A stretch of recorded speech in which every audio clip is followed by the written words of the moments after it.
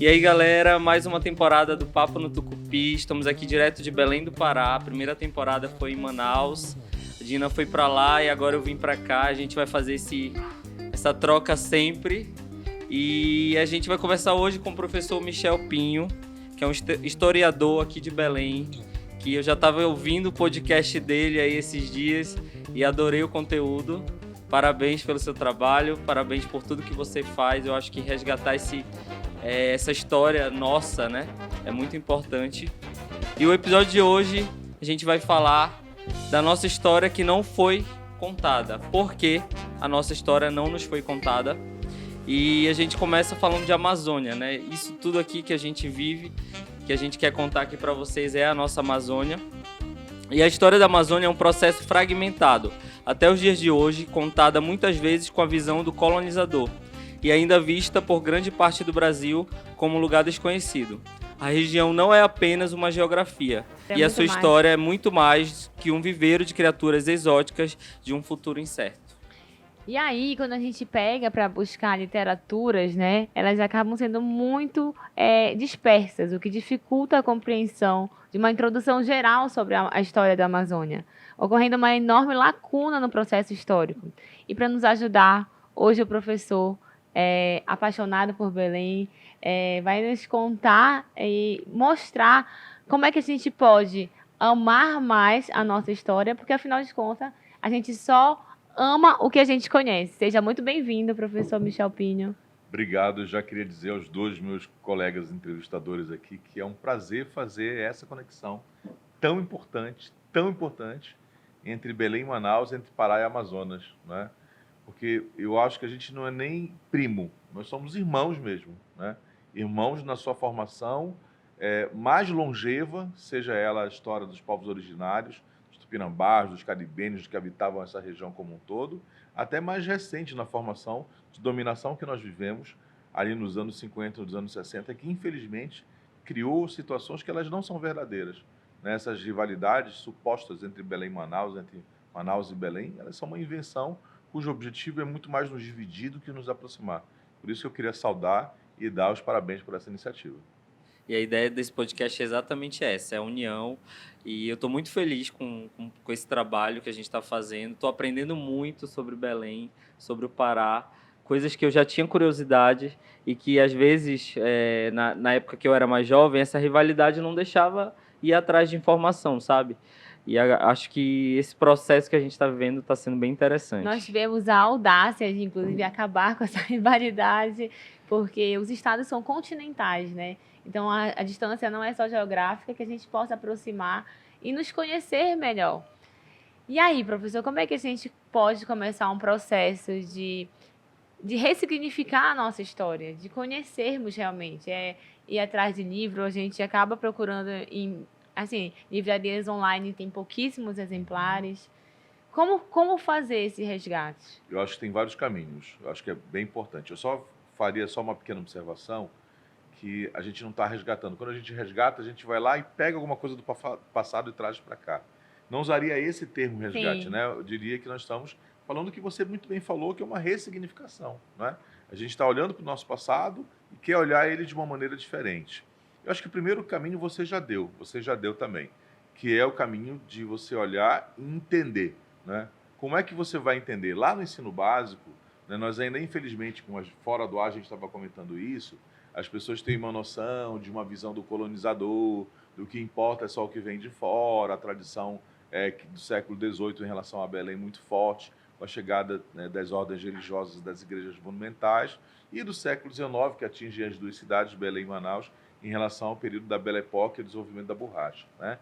Só que existe uma história riquíssima anterior, né, à chegada dos europeus nessa região, antes da chegada dos espanhóis, antes do Pizon, antes do Orellana, antes de todas essas pessoas chegarem aqui, que é a formação dos povos originários, né? Hoje isso nos é muito forte porque os dois estados e as duas cidades bebem imensamente nessa fonte por causa da sua economia criativa, né?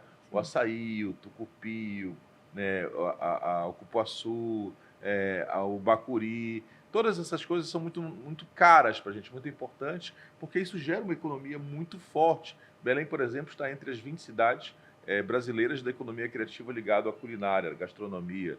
Isso é muito importante. A gastronomia de Manaus, a gastronomia do Amazonas é riquíssima também, né? O consumo de peixe, se vocês não sabem disso, o consumo de peixe per capita no Brasil é de 10 quilos ano. O nosso é de 50 quilos. Isso nos enche de orgulho, né? Para lá e para cá.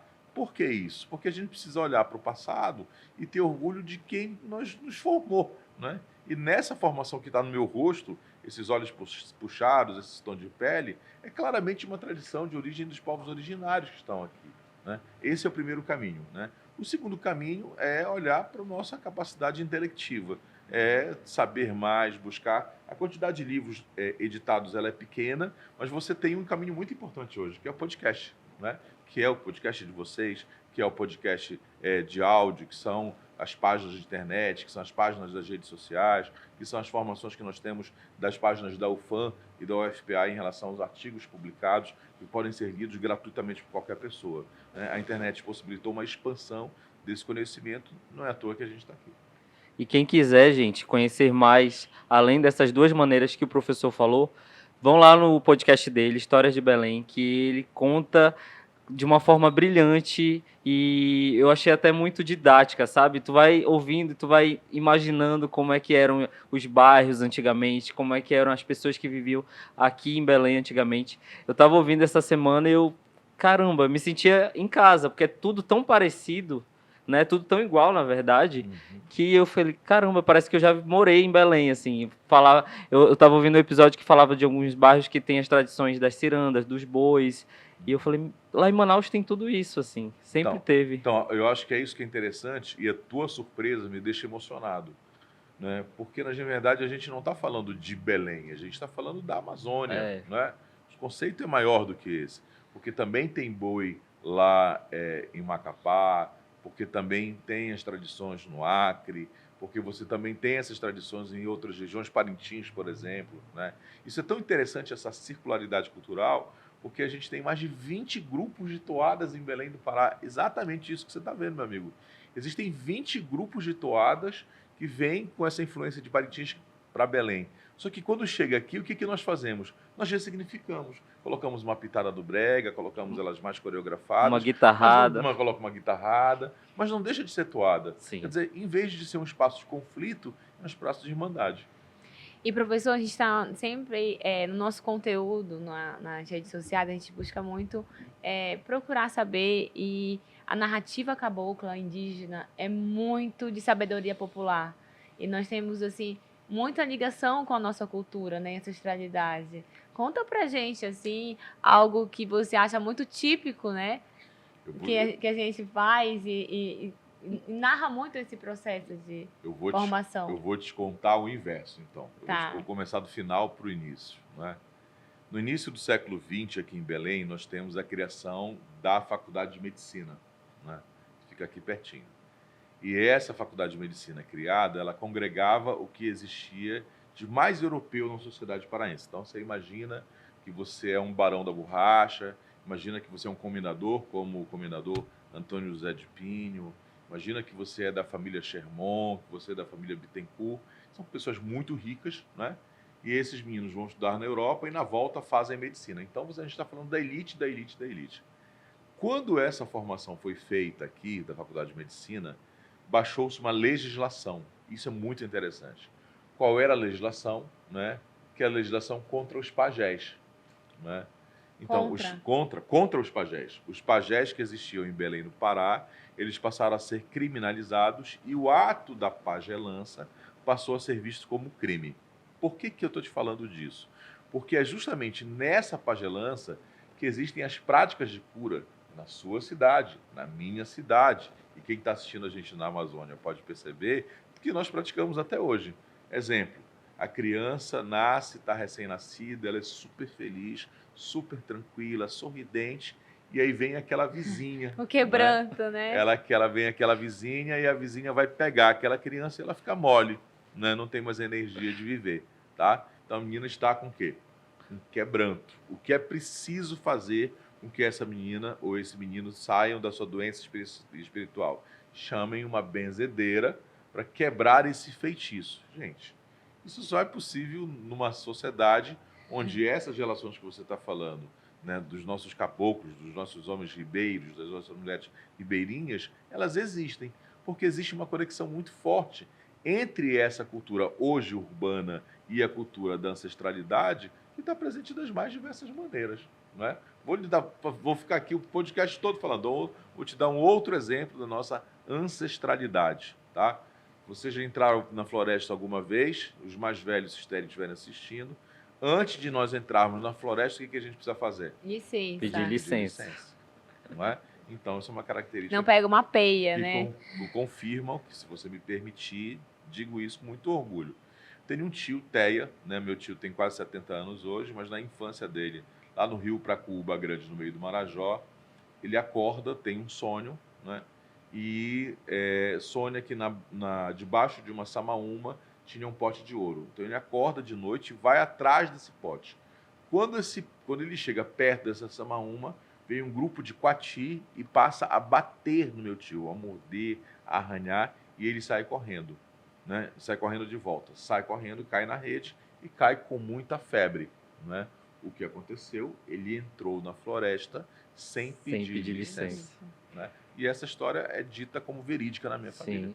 Isso é muito real, assim. Lá em Manaus, todo bairro tem uma benzedeira. E eu lembro quando eu era mais jovem, qualquer coisa, vai na Dona Maria, que ela vai benzer e vai curar. E a gente, muitas das vezes, né, esquece disso, desse movimento religioso, espiritual que a gente tem dos nossos ancestrais. Muito E bom. diante dessa situação, a gente é um povo muito acolhedor, né? E tem essa questão medicinal, né? Das nossas ervas, que a gente até hoje utiliza. Mas eu acho que não é só erva que a gente faz isso também. As nossas comidas, existem uma série de antropólogos que fazem isso na Universidade Federal do Pará, as nossas comidas também têm interdições, né? Então você não vai comer tal coisa porque tal coisa é remosa, né, e vai fazer mal para você misturar. Né? Eu fui criado a minha vida inteira com essa história de não poder misturar manga com leite, não é?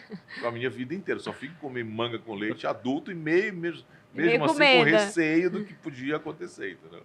Eu lembro quando eu fiz uma cirurgia e eu fui no médico, aí o médico deu alta, eu falei, doutor, eu não posso comer camarão, porco, porque é remoso. E era o médico paulista. Ele falou, olha, eu não conheço nada remoso, eu nem sei o que é remoso, mas se vocês acreditam, não coma, que vai lhe fazer mal. E é isso, né? Pra gente é remoso mesmo. Mas aí eu insisto, por isso que eu acho que é muito bacana falar disso, num país continental como o nosso, né, de quase 4.000 quilômetros de extensão e 5.000 de quilômetros de extensão e 4 de largura, nesse país tão grandioso, ele cabe vários países, né? Então, se nós tivéssemos dividido isso aqui, um país chamado Amazônia, um país chamado São Paulo, um país chamado Nordeste, né, não nos surpreenderia, né, de visitarmos outros países com tradições tão diferentes. Né? Só que a formação histórica resolveu unir povos com características muito diversas entre si. E professor, a gente sabe que proteger patrimônios é algo que é muito difícil, depende muitas vezes, na maioria das vezes, da política. E quais seriam os desafios que a gente tem aí na frente para perpetuar o que a gente puder da nossa história? Como que a gente pode fazer, né, lá na nossa casa para que esses patrimônios sejam preservados? Bom, essa é uma pergunta que dá uns 5 podcasts. Não é só essa pergunta, né? Mas eu vou tentar te reduzir e resumir essa pergunta dizendo o seguinte. Primeiro, é entender que existem vários tipos de patrimônio, né? O patrimônio imaterial, por exemplo, nós aqui no Pará temos o patrimônio do Círio de Nazaré, que é o patrimônio imaterial da Unesco, por exemplo, é mundial. E temos o carimbó, que também é imaterial, que é um patrimônio nacional, né? Imaterial. Só que além desse patrimônio imaterial, que por si só já é uma dificuldade, a gente tem a falta de compreensão das pessoas de quem deve cuidar, né? Então, se você tem uma casa do final do século XVIII, aqui em Belém do Pará, e essa casa é representativa de um período importante, ela está conservada, você que tem que preservar a casa, né? O poder público não tem nem dinheiro e nem autorização para reformar a sua casa, porque ela é uma propriedade privada, embora tombada, né? Ah, mas tem um teatro, né, que é o Teatro Amazonas e Teatro da Paz. Quem deve reformar? O poder público, porque está sob o seu poder, tá? Só que nós vivemos numa região muito pobre, não é? Por exemplo, Belém é a segunda cidade mais pobre em termos de arrecadação fiscal do Brasil inteiro, né? Como é que eu vou conseguir restaurar todos os prédios e deixar em funcionamento, em uso, se é uma cidade pobre? Não há possibilidade. Aí tem que haver uma junção de 3 eixos. Uma junção de um eixo federal, que é o maior aporte financeiro, uma junção do eixo estadual, que pode aportar financeiramente, e o município que vai executar, entendeu? Isso vai acontecer em todas as cidades da Amazônia, todas elas, porque os nossos municípios são muito pobres. Então a gente precisa desse aporte do governo federal para que a gente tenha uma política nacional de proteção do patrimônio, entendeu? E muitos desses patrimônios são da nossa época áurea, da Belle Époque.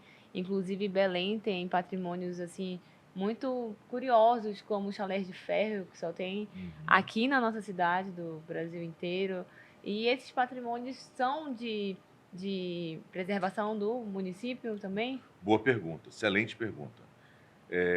Cada cidade da Amazônia tem uma política de patrimonialização diferente. Por exemplo, Belém, eu sou presidente do comitê, da comissão do município de preservação do patrimônio, né?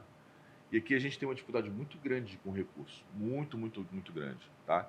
Então, nas outras cidades também tem. Manaus tem, Parintins também tem,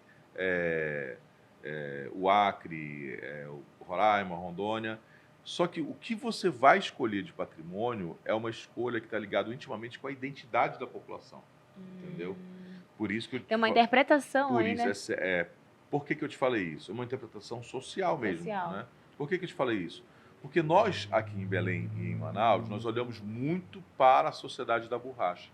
E nós esquecemos, né, de períodos anteriores que foram fundamentais, não é? No nosso caso, 1750 deixou uma marca em Belém do Pará, com a vinda para cá do irmão do Marquês de Pombal, do Mendonça Furtado. Isso conseguiu construir as ruas de Belém, as igrejas de Belém, os largos. Então eu preciso preservar essa parte anterior também. Como cada município da Amazônia precisa olhar para outras regiões, outros períodos e outros prédios para também preservar. Só que a gente vai esbarrar onde? No dinheiro. Sempre, né?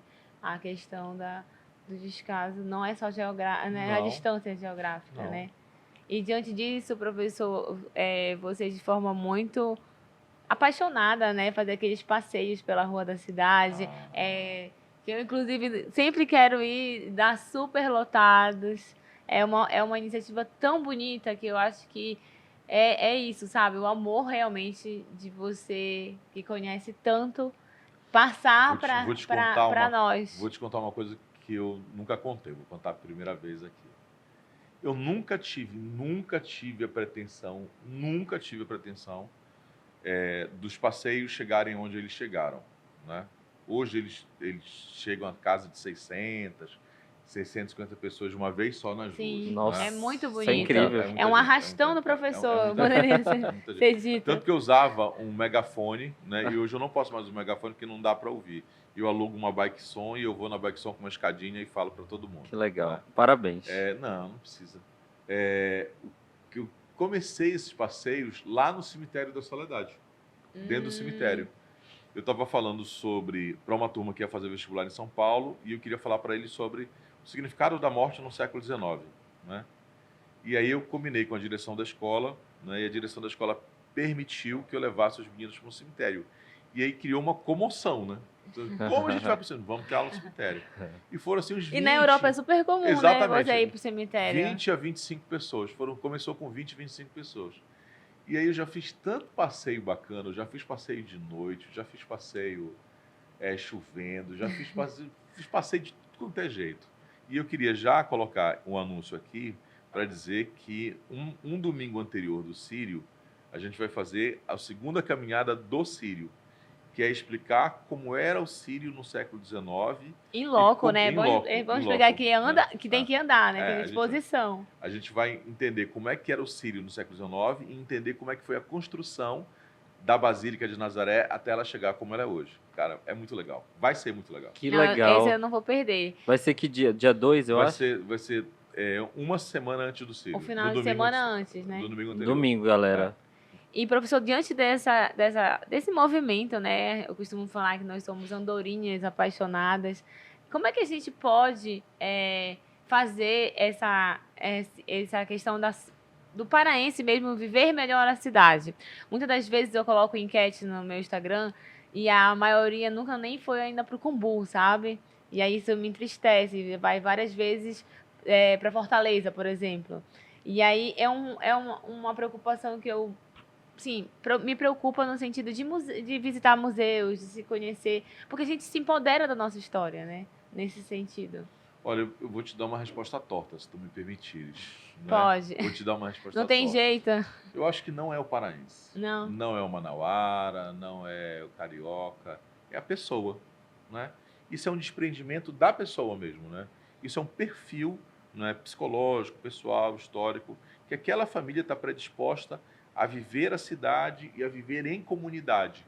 Isso é muito importante para a gente hoje, muito importante. Sim. Por exemplo, não há nada mais bonito. Toda vez eu fico emocionadíssimo aqui na Praça da República, que está ao nosso lado, a gente está gravando aqui no Café da República, né, ao nosso lado, de ver que já existem chá de revelação na praça, baby chá na praça, encontro de amigos, piquenique, né? Então as pessoas vão lá para o Cumbu, para o outro lado, fazer celebração de aniversário, vão para não sei aonde festejar a amizade. Então, isso você não faz só aqui em Belém. Isso você precisa fazer nas praças de Manaus, você precisa fazer no Acre, você precisa fazer em Roraima, porque o público, né, o espaço público precisa se ver em comunidade, não é? Em comunidade. Isso é muito bonito de se fazer, entendeu? Por isso eu te disse, assim, não é uma questão nossa, é uma questão mais geral. Às vezes que eu tive a oportunidade de sair do Brasil, eu ficava encantado, famílias inteiras nas ruas, assim, né, domingo, comendo, se confraternizando. E aí nós fizemos uma vez aqui, fizemos 2 vezes. Por exemplo, o chá de revelação da minha filha foi aqui na Praça da República. Que legal. E aí isso motivou uma outra amiga a fazer, e depois a outra amiga fez. E aí essas transformações, por exemplo, se vocês forem na Praça Batista Campos. Cara, domingo na Praça Batista Campos tem 500 famílias lá, como o cara está dizendo, entendeu? Você consegue utilizar o espaço público de uma maneira muito bonita. O que a gente precisa, claro, é sempre prestar atenção em relação à segurança, prestar atenção em relação a não deixar lixo, mas viver o espaço público é muito bom. E até para a gente já ir finalizando, a questão que você falou que tem vários países dentro do Brasil, né? Nós tivemos aqui a cabanagem. A cabanagem não era o momento da gente ter sido um país e ter se dispersado, ter criado nosso país, a Amazônia. E diante desse movimento que foi mega importante, não se consolidou por falta de planejamento político. Como é que a gente pode falar, assim, hoje? Bela pergunta. Pergunta bonita, porque eu acho que tem a ver com... Olha, acertei. O Ribeiro me deu uma resposta torta. E agora... Bela pergunta, porque eu acho que tem a ver com a proposta desse podcast aqui. Sim. Né? Até os anos 70, os anos 80, a cabanagem era vista como movimento do Pará. Né?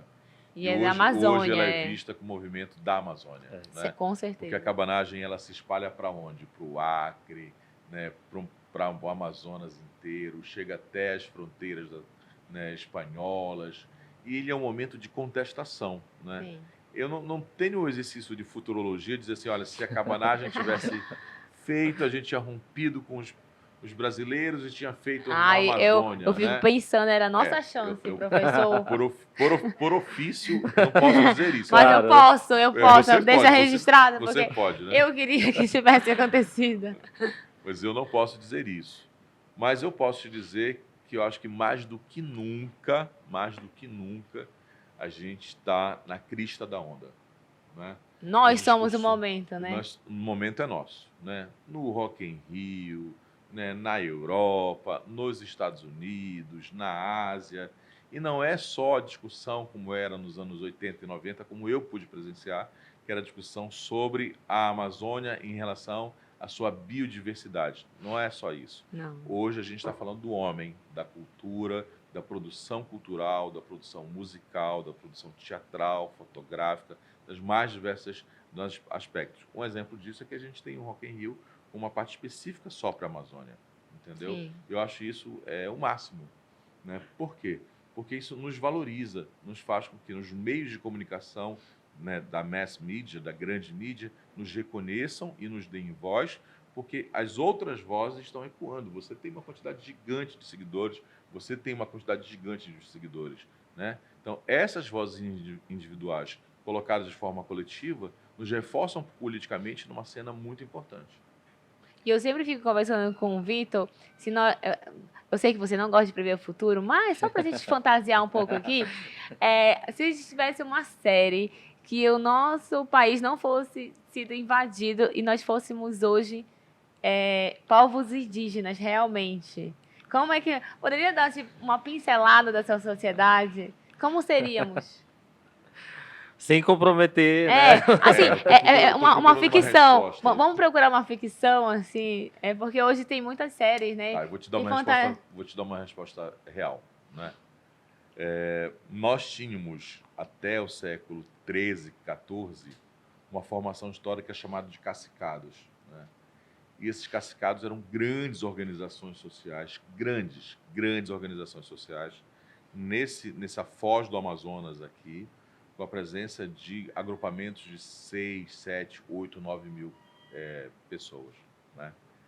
Digo isso porque já tinha distribuição social, homens fazem uma tarefa, mulheres fazem outra tarefa, você já tem uma alteração da natureza em relação ao escavamento dos igarapés para criar peixe, né? Então, nós tínhamos tecnologia de desenvolvimento alimentício e social muito desenvolvido para aquele período, né? Então, não precisamos inventar uma ficção, né? Porque no passado a gente já tem essa formação que era possível ver muita gente junto. E termino dizendo que é justamente isso, viver junto, um agrupamento de pessoas, que era o primeiro nome da cidade que eu amo, que é Mairi. Mairi significa agrupamento. Eu escutei no episódio do seu podcast falando isso, sobre o primeiro nome, né, de Belém, e eu fiquei tentando entender, caramba, será que Manaus teve também? Provavelmente, Muito né? provavelmente. E vou começar a pesquisar, tem algumas pessoas que fazem um trabalho semelhante ao seu lá, e eu sempre digo nas minhas redes sociais que o Amazonas e a Amazônia em si é o momento, né? O mundo está olhando para a gente, né? A gente mora no lugar que o mundo queria estar. E cada vez mais isso vai ser mais forte.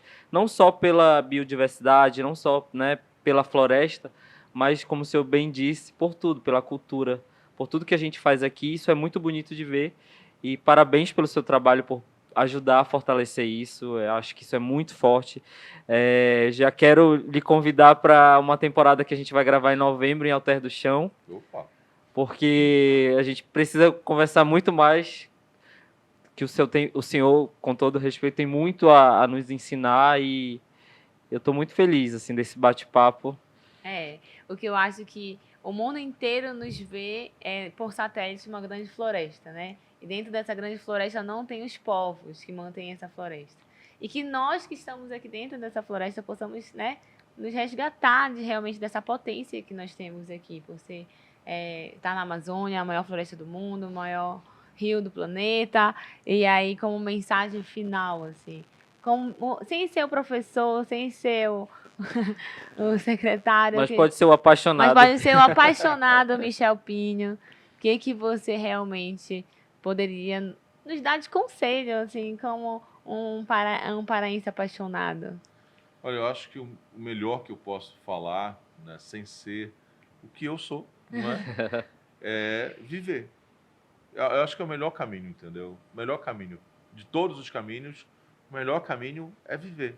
É sair da sua casa, esquecer um pouquinho. Às vezes é tão bom fazer isso, né? Esquecer as suas redes sociais, esquecer o vídeo, esquecer a fotografia e vai lá viver, né? Por exemplo, semana passada, minha filha estava na casa dos avós e aí eu virei para minha esposa, vamos comer um peixe? Vamos. A gente foi ver o peso, entendeu? Que é lugar que a gente só come peixe no Ver o Peso, né?